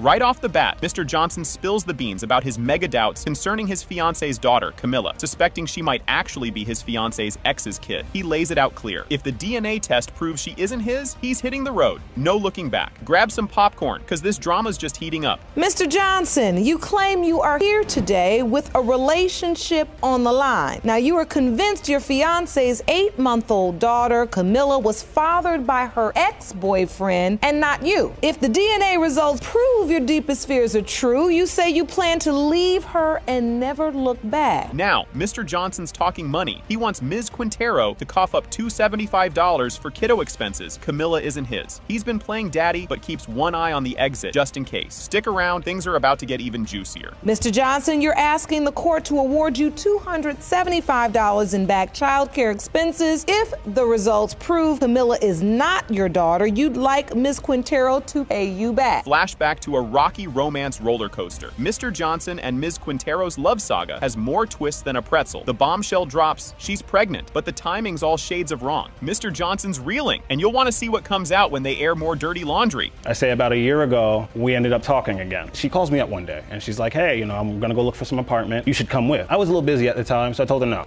I got stuff to do, I can't do it. I called her back later and she never picked up. She calls me up on the phone and like, hey, I'm pregnant. I was at my brother's house, we were having a little get together, we're drinking, just having fun. I tell her right away, hey, I gotta call you back. Court turns into a soap opera as both admit they weren't just playing house with each other during baby making season. Mr. Johnson whips out a calendar, trying to prove he might not be the dad based on the X-File timelines. Buckle up, the next revelations are gonna be wild. So during the window of conception, did you have sex with Mr. Johnson and your ex? Yeah. Mr. Johnson, when was your daughter born? My daughter was born November 6, 2013. What are you holding? I just had a calendar. It just states when Cammie was born. The 2 months at the top is midway when me and Maria started talking in March, and February was the month when she was with her ex. Workplace chit-chat turns Mr. Johnson's doubts into a full-blown conspiracy theory about Camilla's real dad. He's thinking of ditching the engagement if the kid ain't his. This roller coaster's got a few more loops. Watch how they handle the next curve. I'm at work and I have people coming up to me like, hey, your girlfriend was with this guy at this time. What do people at work know about your business? I publicly display my daughter, and everybody in our community pretty much knows Maria was with that other guy a long time. But I was with him for 3 years and never got pregnant. Yeah, but it doesn't mean it can't it's just happen. like the time I get with him for about 2 to 3 weeks, I get pregnant, but yet me and you. Ms. Quintero throws a curveball, accusing Mr. Johnson of only playing the not my kid card when he gets caught flirting. She's calling him out, saying he's got a convenient case of daddy doubt. The tension's thick. You won't want to miss what's tossed out next. So usually he denies her when we're arguing. That's what I feel like. When we're arguing about him talking to other girls, so are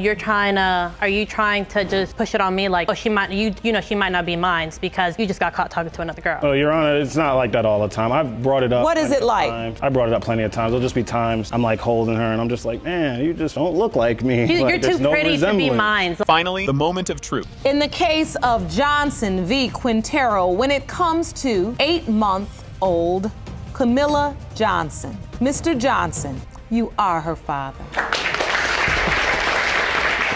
Ms. Webster steps up and drops a bombshell. She thinks Mr. Ware might actually be her dad. Talk about awkward family dinners. She's all in, hoping today's DNA results will spill the tea. Brace yourself, because this family tree is about to get shaken up. Ms. Webster, you recently learned shocking news that Myron Smith, the man you believe to be your dad and who paid child support for you, may not be your biological father. Now you've dragged the defendant, Mr. Ware, to paternity court to prove that he is your father and claim today's results will prove your case. case. Ms. Webster gets suspicious thanks to some side comments and a few too many family resemblances. Maybe genetics do tell the truth? This revelation has her rethinking her whole life story, and just wait till you hear what she finds out next. This is gold. Your Honor, I worked in a beauty salon with some of his relatives. They always kind of had something against me. I heard a relative say that that's not none of your father. I started questioning. I asked my mom, I talked to Mr. Smith, like, why are they saying that I'm not a part of their family? He said, you will always be my daughter. I believe in my heart that you are, and no matter what, you'll always be my daughter. The plot thickens when Ms. Webster discovers she and the man who's supposed to be her dad don't even share the same blood type. Science comes into play, throwing a wrench into everything she knew. Buckle up, because the roller coaster is just taking off. I still had doubts. I was a blood donor. We talked about blood types, and I know that the mother and the father of the child will have one or the other. Me and Mr. Smith don't have the same blood type. I was in question again. I'm very curious. I was with my cousin, Miss Smith, and she said, you know, I really believe in my heart that Mr. Ware is your father. You chuckle like him. She said, if I close my eyes and you both chuckle, you wouldn't know the difference. Here comes a curveball. Ms. Webster finds her supposed dad's family all over her baby book. If that doesn't scream family secrets, I don't know what does. The courtroom's about to get rocked with this one.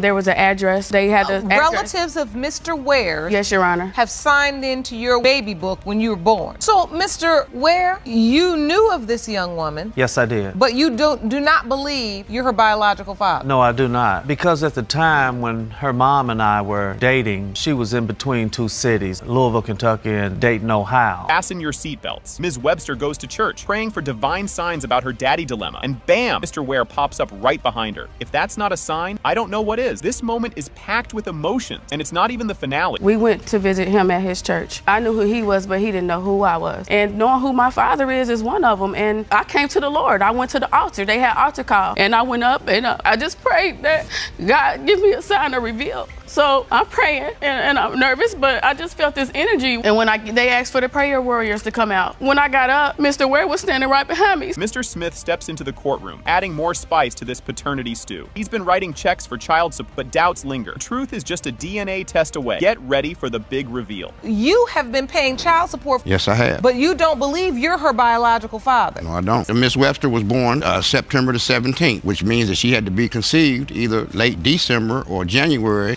See, right there, she was born September the 17th. Last time I was home on leave was late November. So in order for her to be born in September, she had to be conceived either late December or early January. I was in Fort Hood, Texas. Ms. Brady, the mom, is up next, and she's sticking to her story that Mr. Smith is the daddy, despite him being hundreds of miles away when the magic needed to happen. What's coming up will definitely throw you for a loop. Her biological father is Mr. Myron Smith. He says he was gone. He was serving the time that she was conceived. Is that not true? Right, but Mr. Smith also came home on leave. Once we got together, Mr. Smith went back to the service, and then I was pregnant. When Mr. Smith called me one day, I said, you know what? I'm pregnant. Hold on to your popcorn. It has been determined by this court. Mr. Ware, you are not her father.